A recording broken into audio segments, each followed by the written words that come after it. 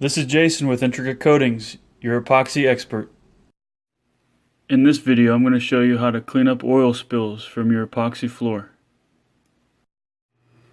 Some things you'll need right away are rags, shop towels. I prefer acetone, but you can use Dawn dish soap. Start by wiping up the large areas of oil as much as possible. Next, pour a little acetone in the center of the area and begin to wipe this up. Make sure you're wearing your rubber gloves because this stuff will dry your hands out.